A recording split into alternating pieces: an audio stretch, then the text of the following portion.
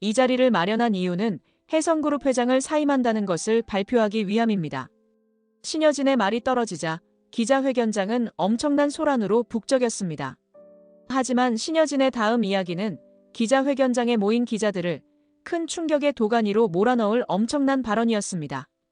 그리고 이 자리에서 내 딸 유진이를 죽인 진짜 범인을 밝히려고 합니다.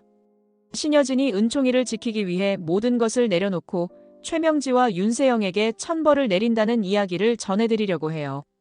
그 전에 오늘도 보러 와주셔서 감사합니다. 여러분들의 가정에 평안과 행복이 깃들기를 바라며 신데렐라 게임 리뷰 시작하겠습니다. 고즈넉한 오후였습니다. 구하나는 집 안가구들을 정리하다가 창밖을 바라봤습니다. 오래된 상처들 때문에 마음이 편치 않았지만 그래도 요즘 동생들과 함께 지낸다는 사실만으로 작은 안도감을 느끼고 있었습니다. 그때 문 밖에서 인기척이 들려나가 보니 예상치 못한 인물이 서 있었습니다. 바로 신여진이었습니다. 내가 직접 여기까지 오게 될 줄은 몰랐네. 신여진은 허리를 약간 굽힌 채 초라해 보였습니다. 과거 차가운 카리스마로 혜성그룹을 움켜쥐던 모습과는 사뭇 달랐습니다. 구하나는 가슴이 복잡해졌지만 쉽게 감정을 드러내지 않고 차분히 목소리를 가다듬었습니다. 회장님, 여긴 무슨 일이세요? 전에 그만 보자고 하시지 않으셨어요? 신여진은 대답 대신 조용히 한숨을 쉬었습니다. 그리고는 무릎을 꿇은 채 땅바닥을 향해 고개를 숙였습니다. 그 광경에 구하나는 숨이 턱 막혀 아무 말도 할 수 없었습니다. 나는 이제 모든 걸 내려놓으려고 해. 네가 은총이를 지키기 위해 얼마나 싸워왔는지 몰랐어. 그리고 나도 은총이를 정말 지키고 싶어. 과거 냉혹한 모습만 보아왔던 구하나로서는 신여진이 이렇게까지 하는 게 믿기지 않았습니다.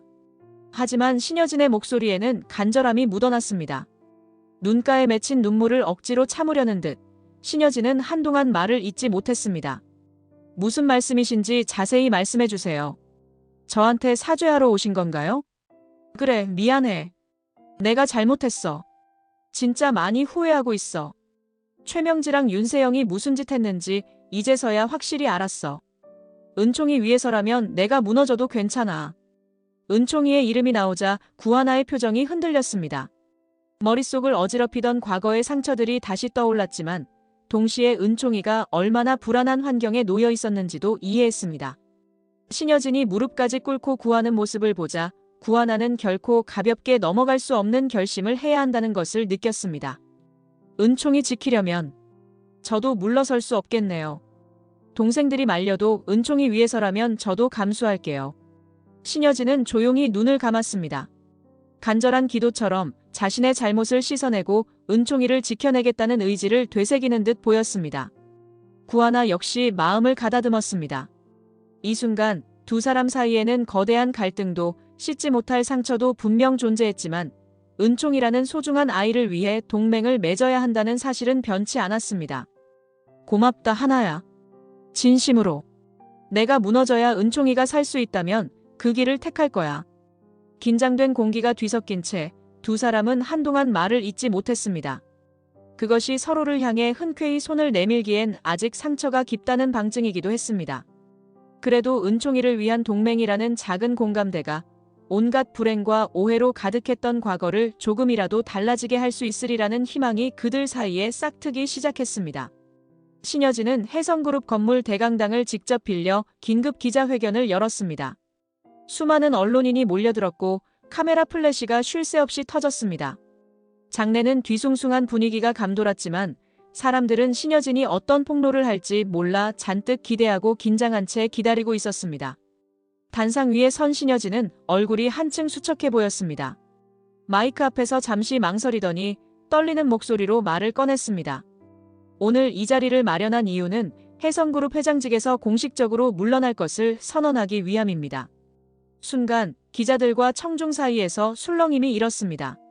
모두들 예상 못했던 급작스러운 발표에 한껏 집중했습니다. 이어 신여진은 힘겹게 숨을 고르고 다시 발언을 이어갔습니다. 그리고 제 딸 윤유진에 대한 이야기를 하겠습니다. 20년 전 유진은 바닷가에서 실종되었고 끝내 뺑소니 사고로 세상을 떠났습니다. 그런데 그 사건의 이면에 최명지의 계략이 있었음을 알게 되었습니다. 최명지라는 이름이 언급되자 여기저기서 탄성과 카메라 셔터 소리가 커졌습니다. 당혹감을 감추지 못하는 기자들도 마이크에 대고 질문을 퍼붓기 시작했습니다. 하지만 신여진은 단 하나의 질문도 받지 않고 계속해서 진실을 꺼내놓았습니다. 그동안 제가 진실을 알지 못했거나 알면서도 외면한 탓에 발생한 일이 많았습니다. 회장으로서의 책임을 다하지 못했고 무엇보다 한 아이의 어머니로서 제 딸을 지키지 못했습니다. 한편 기자들 틈바구니에서 최명진은 소리 없이 자리에서 일어났습니다. 사람들의 시선이 자신에게 향하자 몸을 돌려 서둘러 회견장을 빠져나갔습니다. 그녀의 표정에는 분노와 공포가 동시에 얼룩져 있었습니다. 신여진의 폭로는 혜성그룹 전체를 크게 뒤흔들기 시작했습니다. 지금까지 능력 있는 회장으로만 인식되던 신여진이 돌연 사퇴를 선언하고 그 뒤에 숨겨져 있던 뺑소니 사건과 최명지의 음모를 공개적으로 언급한 것입니다. 기자들은 일제히 헤드라인을 뽑아내려 분주히 움직였고 인터넷은 순식간에 떠들썩해졌습니다. 끝까지 마이크를 놓지 않던 신여진은 마지막으로 떨리는 목소리로 덧붙였습니다. 이번 선언은 제가 져야 할 최소한의 책임이라고 생각합니다. 제 딸에게 그리고 저로 인해 피해를 입은 모든 분들께 진심으로 사죄드립니다. 카메라 불빛이 번쩍이는 가운데 신여진은 비틀거리듯 단상을 내려왔습니다. 기자들이 질문을 쏟아냈지만 그녀는 더 이상 대답하지 않았습니다. 이미 모든 것을 내려놓으려는 듯 그녀는 또렷한 표정으로 회견장을 뒤로 했습니다. 그 풍경은 엄청난 후폭풍을 예고하듯 긴장감 넘치는 공기를 남겼습니다. 신여진은 사퇴 선언 이후 공식 일정을 모두 중단한 채 오래된 별채 같은 조용한 사무실을 임시로 쓰고 있었습니다. 여기저기 문서 상자를 정리하던 그녀는 구하나가 도착하자 무언가를 결심한 듯 자리에 앉았습니다.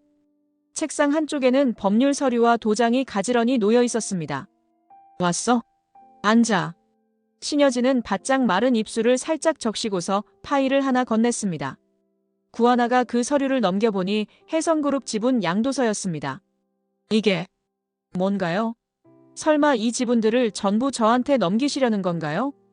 그 물음에 신여진은 눈을 감았다가 천천히 입을 열었습니다. 내가 가진 지분이야. 전부 너한테 줄게.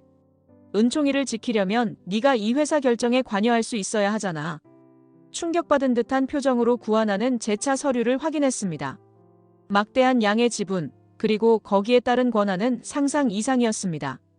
구하나는 억지로 목소리를 낮추며 되물었습니다. 회장님, 진짜 이걸 다 넘기시겠다는 말씀이세요? 왜 그러시는지 정확히 듣고 싶어요.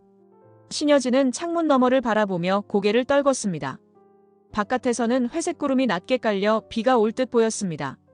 최명지랑 윤세영이 무슨 짓을 해왔는지 너도 알잖아. 은총이를 그 사람들 손에 맡기면 또 위험해질 거야. 내게 남은 건 이 지분뿐이야. 은총이가 안전해질 수 있다면 난 그걸로 충분해. 구하나는 서류를 부여잡고 망설였습니다. 이렇게까지 해도 되는 걸까? 자신도 이미 복수심을 넘어 은총이를 지키고자 여러 일을 감수해왔지만 신여진의 결심은 훨씬 더 극단적이었습니다. 저한테 이런 책임이 감당될지 솔직히 겁나요. 그래도 회장님 진심이라면 은총이를 위해서 사인하겠습니다. 서류에 사인하는 순간 신여진의 눈에 슬픔과 미안함, 그리고 묘한 안도감이 스쳐갔습니다. 구하나의 가슴도 무겁게 내려앉았습니다. 이 지분이 그저 재산이 아니라 수많은 죄책감과 지난날의 잘못을 모두 떠안은 무게처럼 느껴졌기 때문입니다. 사무실 창밖으로 굵은 빗방울이 떨어지기 시작했습니다. 구하나와 신여진은 잠시 아무 말 없이 그 빗소리에 귀를 기울였습니다. 서류와 도장 위로 흐릿하게 비치는 불빛 사이로 두 사람의 선택이 앞으로 어떤 거대한 운명을 만들어낼지 감지하기 어려웠습니다. 그렇지만 이 결정이 은총이를 위해선 꼭 필요하다는 사실만은 분명했습니다. 어두운 취조실 조명 아래 윤세영은 흐트러진 머리카락을 신경질적으로 쓸어 넘기며 경찰의 질문 세례를 받고 있었습니다. 이전까진 혜성그룹 실세처럼 굴었지만 지금의 그녀는 완전히 수세에 몰린 모습이었습니다. 윤세영 씨, 과거 위장 임신으로 사기를 쳤다는 의혹이 있습니다. 그리고 회사 직원들을 괴롭히고 퇴사를 강요한 갑질 관련 자료들이 속속 입수되고 있는데 어떻게 해명하시겠습니까? 윤세영은 턱을 꽉 깨물며 차가운 눈빛으로 경찰을 노려보았습니다. 그건 다 오해예요. 난 엄마가 꾸민 일에 정말로 몰랐어요. 그리고 임신 문제도 회사 일도 내가 전부 주도한 건 아니었단 말이야. 하지만 진술이 진행될수록 윤세영이 숨기려 했던 진실들이 곳곳에서 드러났습니다. 옛날 CCTV 영상, 직원들의 제보, 그리고 결정타가 된 바닷가 선창에서 윤유진이 굴러떨어졌을 때 윤세영이 일부러 외면한 흔적까지. 경찰들이 하나씩 증거를 제시하자 윤세영의 얼굴은 점점 창백해졌습니다. 당시 윤유진 씨가 배에서 떨어졌을 때 그 상황을 알고도 그냥 지나갔다는 증거가 있습니다. 이 부분 설명하시죠. 그 질문에 윤세영은 말문이 막혔습니다. 사건 당시 자세한 상황을 변명하고 싶어도 영상 기록은 거짓을 용서하지 않았습니다. 심지어 과거 인터뷰에서 말한 내용과 영딴판인 장면까지 도출되면서 윤세영은 더 이상 빠져나갈 구멍이 없었습니다. 그냥 무서웠던 거야. 난 진짜 그렇게까지 나쁜 사람은 아니라고 생각했는데 다들 나만 몰아붙이잖아. 경찰들은 냉정했습니다. 화려한 배경이나 회장 조카 신분 같은 건 전혀 통하지 않았습니다. 수많은 의혹이 눈덩이처럼 불어났고 결국 법원은 그녀에 대한 구속영장을 발부했습니다. 윤세영은 수갑을 차고 밖으로 나가며 몰려든 기자들의 카메라 플래시 세례를 받았습니다. 제발 그만 찍어요. 난 진짜 엄마가 그런 짓 한 줄 몰랐어요. 그러나 그런 외침은 곧 빗발치는 질문과 비난 속에 묻혀버렸습니다. 회사를 휘젓고 다니며 한때 가능성 있는 후계자로 거론되던 윤세영은 정작 자신이 저지른 잘못과 엄마의 음모가 드러나면서 혜성그룹에서 영원히 퇴출당하고 세상의 비난을 받게 된 것입니다. 구치소로 연행되는 차 안에서 윤세영은 잃어버린 삶을 생각하며 떨리는 눈을 감았습니다. 한때 자신의 모든 것이라 여겼던 혜성그룹도 가문의 자부심도 이제 사라지고 없었습니다. 남은 것은 철창 사이로 스며드는 참혹한 현실뿐이었고 그녀는 그 사실을 결코 부정할 수 없었습니다. 최신 정보가 뜨는 대형 모니터 앞에 구지석은 오래된 가족 사진을 쥐고 선 채 복잡한 마음으로 서 있었습니다.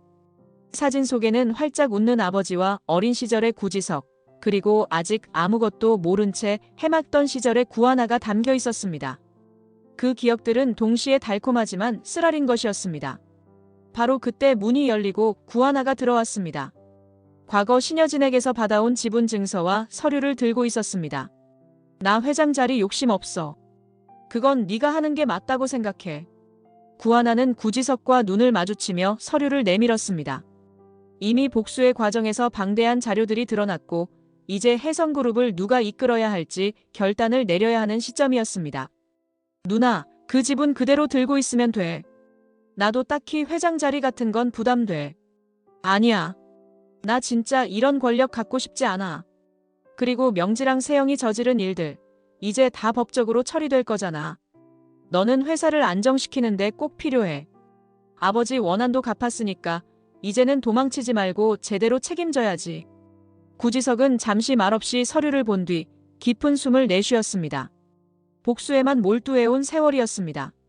하지만 모든 진실이 드러난 지금 자신이 이 회사를 어떻게 이끌어가야 할지 고민이 밀려왔습니다. 알겠어. 그러면 내가 이 의결권 가지고 이사회에서 승인 받아볼게. 다음 날 이사회가 열렸습니다. 그동안 혜성그룹은 신여진의 사퇴 발표 이후 권한 공백 상태나 다름없었습니다. 그러나 구하나가 보유한 지분을 전부 구지석에게 일임한다는 선언에 의외로 많은 이사가 구지석을 지지했습니다. 구영민 대표의 아들이지만 최명지와는 달리 회사를 살리려는 의지가 있다는 평가도 나왔습니다. 이사회의 표결이 끝나고 구지석은 압도적인 찬성표로 임시회장직을 맡게 되었습니다. 그 순간 구지석은 자신의 심장 한 구석에서 무언가 스르르 녹아내리는 기분을 느꼈습니다. 이제 아버지에게 조금은 면목이 서겠다는 생각이었습니다. 잠시 뒤 이사회가 끝나고 회의실 밖으로 나오며 구지석은 구하나에게 조용히 말했습니다. 이제야 끝이 보이네. 우리 가족이 끌어안고 있던 한 조금은 풀리는 것 같아. 구하나는 그런 구지석의 어깨를 다독이며 작게 웃었습니다. 복수가 완성되어가는 동시에 새로운 책임의 무게가 그들을 짓누르고 있었습니다. 그래도 적어도 이제는 주저앉아 울기만 하던 예전의 구지석이 아니었습니다. 그는 확실히 한 걸음 더 나아가고 있었습니다. 사무실 안은 적막했습니다. 새롭게 권한을 쥔 구지석이 들어서자 아직 표정에 수심이 가득한 신여진은 느리게 고개를 돌렸습니다. 밖에서 들리는 소음에도 신경 쓰지 않는 듯 그녀의 표정은 피곤과 상실로 얼룩져 있었습니다. 신여진이 마주 앉자 구지석은 가벼운 한숨을 내쉬었습니다. 예전 같으면 당장이라도 분노를 쏟아냈을 테지만 지금은 좀 달랐습니다. 이미 신여진이 회장직에서 내려온 상태였고 사실관계들도 어느 정도 밝혀진 시점이었기 때문입니다. 왔구나. 한때 강대한 권력을 쥔 회장이었으나 지금은 모든 것을 내려놓고 죗값을 치르려는 모습이었습니다. 구지석은 최소한의 예의를 지키려는 듯 정중하게 대답했습니다. 네, 회장님께서 부르셨다고 들어서 왔습니다. 이젠 회장도 아니야. 그런데 말인데 차브레이크 고장 사건. 그건 내가 한 일이 아니야. 그 말에 구지석은 눈살을 살짝 찌푸렸습니다. 이미 여러 증거를 통해 최명지의 개입이 결정적으로 드러났지만 그 과거를 자세히 알지 못했던 자신은 본능적으로 의심이 생겼습니다. 그렇다 해도 저희 아버지가 그 사고로 돌아가신 사실은 달라지지 않습니다. 신여진은 무거운 한숨을 내쉬었습니다. 그녀가 오랜 시간 마음을 졸이며 살았던 흔적이 고스란히 배어 있었습니다. 나도 알아. 그래서 그 일 떠안고 평생 살아왔어. 근데 그 사고만큼은 최명지가 뒤에서 조작한 거였어. 내 지분 빼앗으려고 회사를 자기 손에 넣으려고 했던 거지. 내가 그걸 미리 알았어야 했는데. 구지석은 괜히 시선을 돌렸습니다. 고백이 늦은 신여진을 향해 억울함이 치밀었지만 이미 최명지의 음모가 어느 정도 확인된 후라 완전히 부정할 수도 없었습니다. 그렇다면 왜 지금까지 말씀 안 하셨습니까? 일찍 얘기하셨으면 많은 게 달라졌을지도 모르잖아요. 그땐 내가 어떻게든 회사를 지켜야겠다는 생각밖에 없었어. 잘못을 인정하면 회장 자리도 잃고 유진이도 다 잃을 것 같았거든. 신여진의 눈에 서린 후회가 구지석의 마음을 쓰라리게 했습니다. 오늘 이 자리에서 느껴지는 그녀의 모습은 과거 냉혹한 회장과 전혀 달랐습니다. 구지석 역시 마음 한구석이 찜찜해지는 걸 느꼈습니다. 모든 것이 이미 벌어진 뒤에야 미안함을 토로하는 신여진에게 그도 마냥 냉정하게 대하기 어려웠습니다. 그러나 복수심을 지녔던 지난날을 생각하면 쉽게 용서하기도 힘들었습니다. 구지석은 깊은 숨을 몰아쉬고 자리에서 일어섰습니다.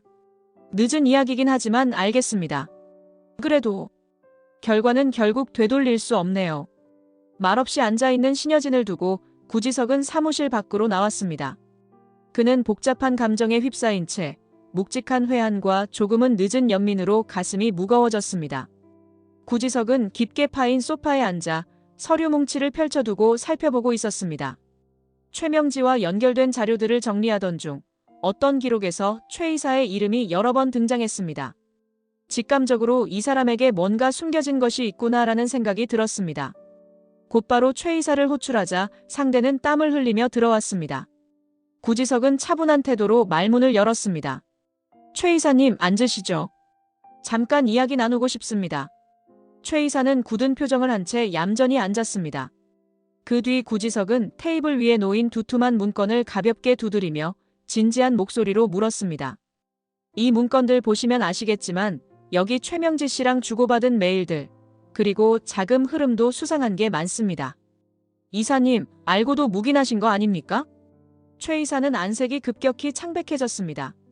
잠시 머뭇거리다가 결국 체념한 듯 고개를 떨구었습니다. 죄송합니다.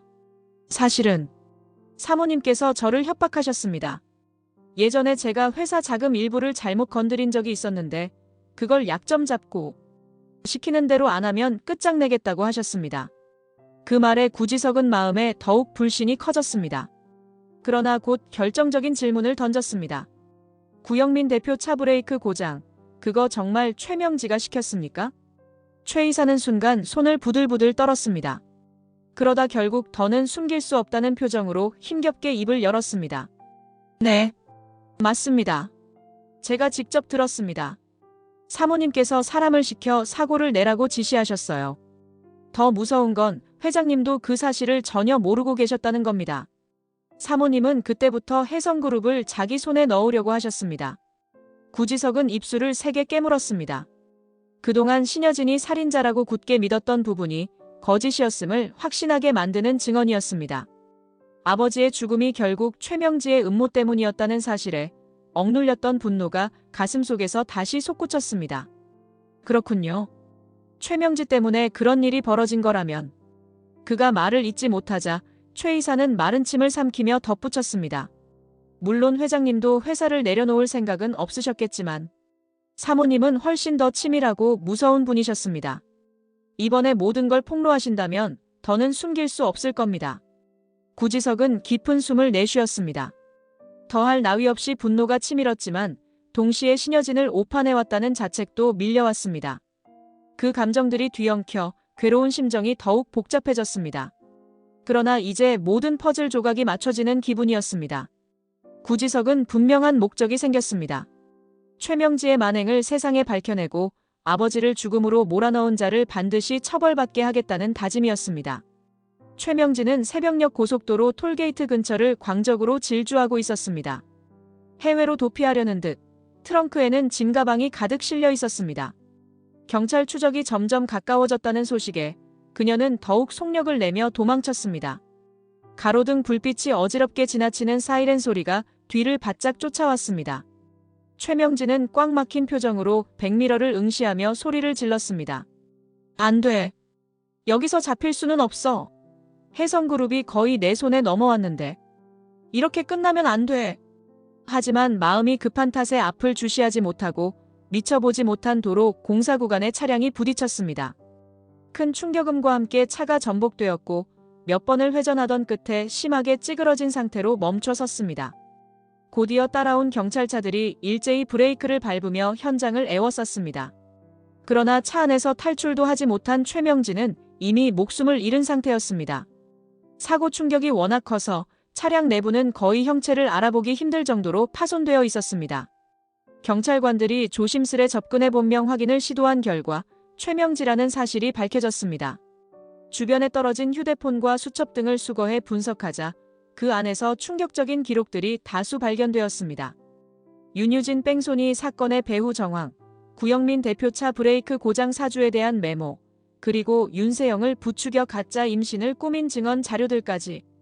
언론은 이 소식을 실시간으로 받아 적으며 진짜 범인은 최명지였다는 특종을 대대적으로 보도했습니다. 최명지의 사고 현장 사진과 함께 그녀가 저지른 악행이 순식간에 전국으로 퍼져나갔습니다. 많은 사람들이 분노와 충격을 감추지 못했습니다. 몇 시간 뒤 구지석에게도 소식이 전해졌습니다. 서류에 파묻혀 있던 그가 전화를 받고 잠시 말을 잊었습니다. 최명지가 죽었다고요? 사고였다고요? 수화기 너머에서 들려오는 경찰 설명에 구지석은 복잡한 마음을 지울 수 없었습니다. 분노와 슬픔, 그리고 허무함이 교차했습니다. 최명지가 심판을 받기도 전에 스스로 파멸해버린 꼴이었으니 그들 가족이 원하는 법적 처벌이라는 형식은 더 이상 이뤄질 수 없게 되었습니다. 하지만 동시에 잃어버린 진실들이 이젠 명백하게 드러났습니다. 그리고 해성그룹을 둘러싼 기나긴 싸움도 마침내 끝을 향해 가는 듯 보였습니다.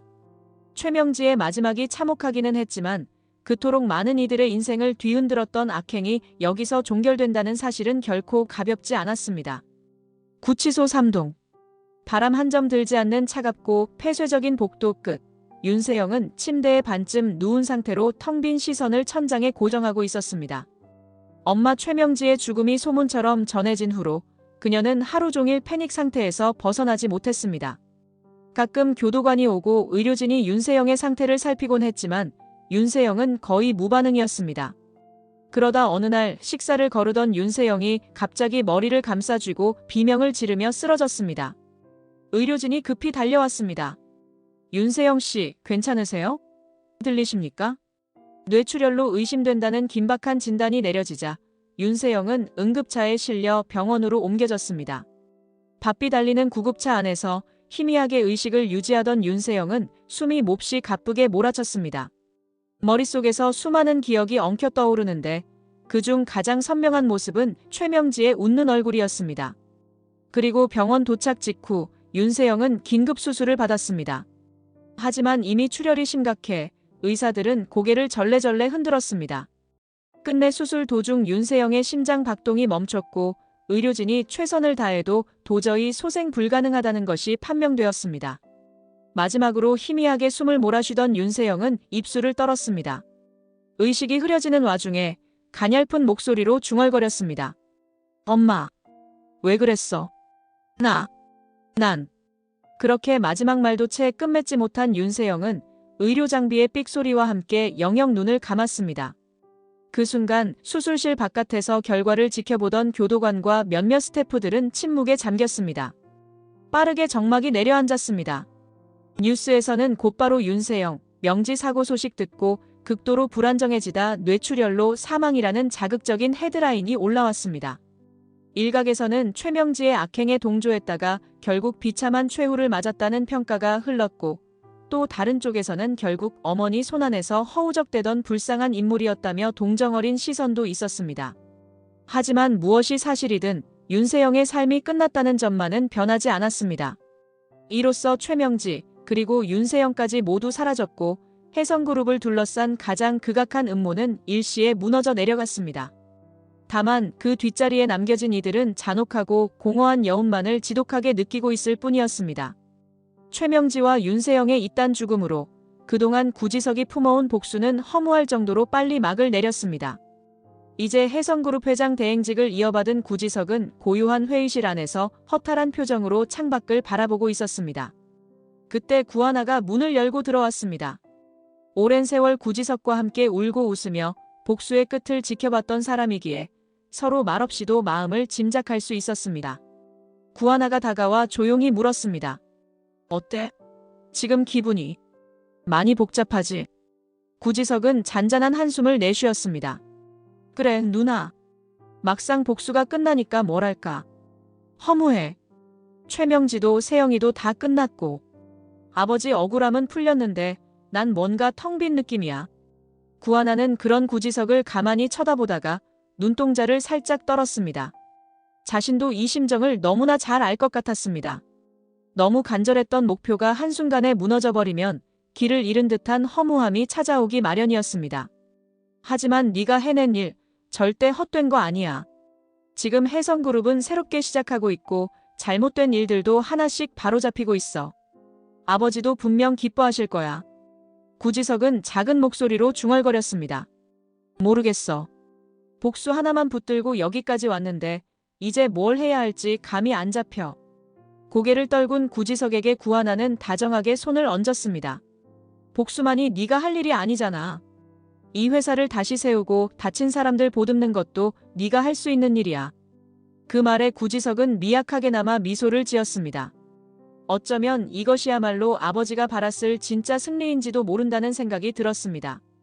억울하게 잃었던 것들을 되찾고 더 이상 그늘에 갇히지 않는 미래를 만들어가는 것. 알겠어. 그러면 앞으로는 내가 잘 해볼게. 고마워, 누나. 그렇게 두 사람은 서로 마음을 나누었습니다. 회의실 창문 너머로 햇빛이 들어와 구지석의 어깨를 비추었습니다. 한때 오직 복수만을 꿈꾸었던 소녀는 이제 그 자리에 서서 새로운 시작을 준비하고 있었습니다.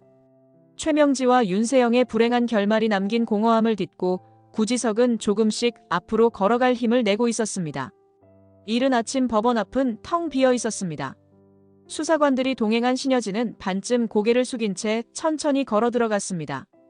과거에는 수많은 플래시 세례와 취재진이 에워싸던 장소였지만 이제는 세간의 관심도 많이 식은 듯했습니다. 법정에 선 신여진은 곧잘 증인으로 올라와 자기 잘못을 털어놓았습니다. 과거 회계를 조작한 부분, 사회 자금을 전용했던 일, 그리고 최명지에게 농락당해 여러 실수를 범했던 과정들을 낱낱이 시인했습니다. 한때 완벽한 회장으로 불리던 모습은 온데간데 없었습니다. 재판정에서는 여전히 신여진을 비난하는 목소리가 거세었지만 뜻밖에도 일부 피해자 연대가 탄원서를 냈습니다. 신여진이 뒤늦게나마 진실을 밝히고 적극적으로 수사에 협조했다는 점을 선처해 달라고 한 것입니다. 그들은 완벽하진 않아도 그녀가 지금 진정으로 속죄하고 있다고 믿는다는 의견을 전했습니다. 재판이 끝나고 한 수사관이 신여진에게 물었습니다. 기소된 혐의가 적지 않아서 실형 가능성이 높습니다. 각오하셔야 합니다. 신여진은 고개를 끄덕였습니다. 그렇겠지. 그래도 난 도망치지 않아. 내가 져야 할 책임이니까. 은총이라도 안전해진다면 그걸로 됐어. 이윽고 판사는 회사 자금 횡령, 배임 등에 대한 유죄를 선고했습니다. 다만 피해자 연대 측의 탄원과 추가 보상 약속이 받아들여져 형량은 다소 줄어들었습니다. 신여진은 고개를 숙인 채 판결문을 들었습니다. 며칠 뒤 교도소로 수감되는 신여진을 지켜본 사람은 거의 없었습니다. 이전이라면 화려한 이목 속에서 비난을 받았겠지만 이제 그녀는 초라하게 죗값을 치르러 떠나는 중년 여성에 불과했습니다. 수사관의 안내에 따라 수감 절차를 밟으면서도 신여진은 마지막까지 자신에게 중얼거렸습니다. 내가 더 일찍 모든 걸 밝혔어야 했는데. 잘못을 비로소 깨달았지만 이미 너무 많은 피해가 발생한 뒤였습니다. 그러나 그나마 다행인 건 그녀가 은총이를 진심으로 아꼈다는 사실이었습니다. 재판 과정에서도 은총이를 위험에 빠뜨리는 일만은 하지 말아달라는 신여진의 호소가 빛을 발했습니다. 은총이는 법적으로나 심리적으로 안정된 환경에서 생활할 수 있게 되었고 신여진은 그 점에 작은 안도감을 느꼈습니다. 모든 걸 잃고 난 뒤에야 돌아선 신여진의 속죄는 결코 가볍지 않았습니다. 남은 형기를 마치는 동안 그녀가 스스로를 어떻게 바꿔나갈지는 누구도 확답할 수 없었습니다. 다만 진심 어린 참회의 눈물로 마지막을 장식하던 그녀의 모습은 비극적인 결말 속에서도 조금은 인간적인 온기를 느끼게 했습니다. 구하나는 하굣길에 은총이를 데리러 학교 앞으로 갔습니다. 예전에는 대저택에 둘러싸여 소외감을 느끼던 은총이였지만 이제는 평범한 길거리에서 마음껏 뛰어놀 수 있게 되었습니다. 구하나를 보자마자 은총이는 달려와 품에 안겼습니다. 이모, 나 오늘 친구들이랑 뛰어놀고 왔어. 재밌었어. 구하나는 밝게 웃으며 은총이의 머리를 쓰다듬었습니다.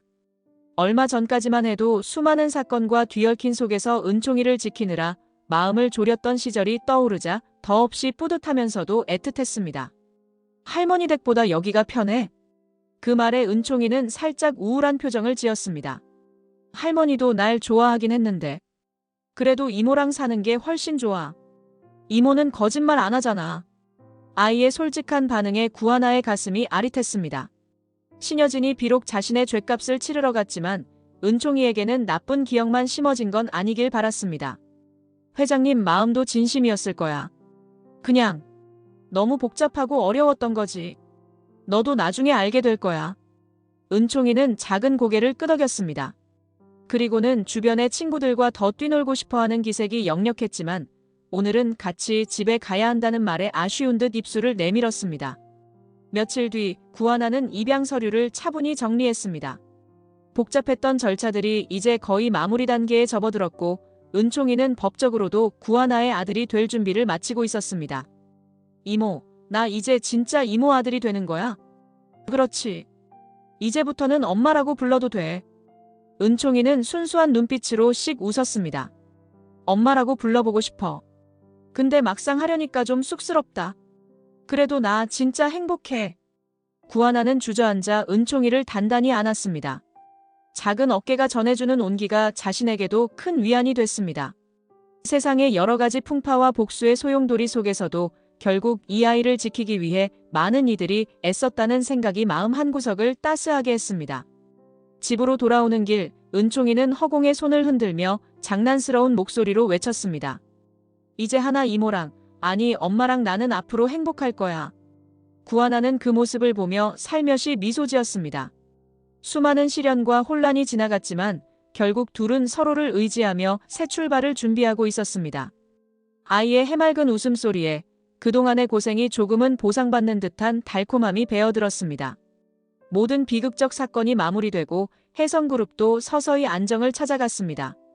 구하나 역시 은총이와 함께 소박하지만 평화로운 일상을 되찾아가던 즈음 황진구에게서 조용한 초대를 받았습니다. 그동안 수많은 갈등과 위험 속에서 함께했지만 서로를 제대로 마주볼 여유는 없었습니다. 작은 호숫가 근처에서 만난 두 사람은 어색하게 인사를 나눴습니다. 바람이 잔잔히 불어 물가에 작은 잔물결이 생겼습니다.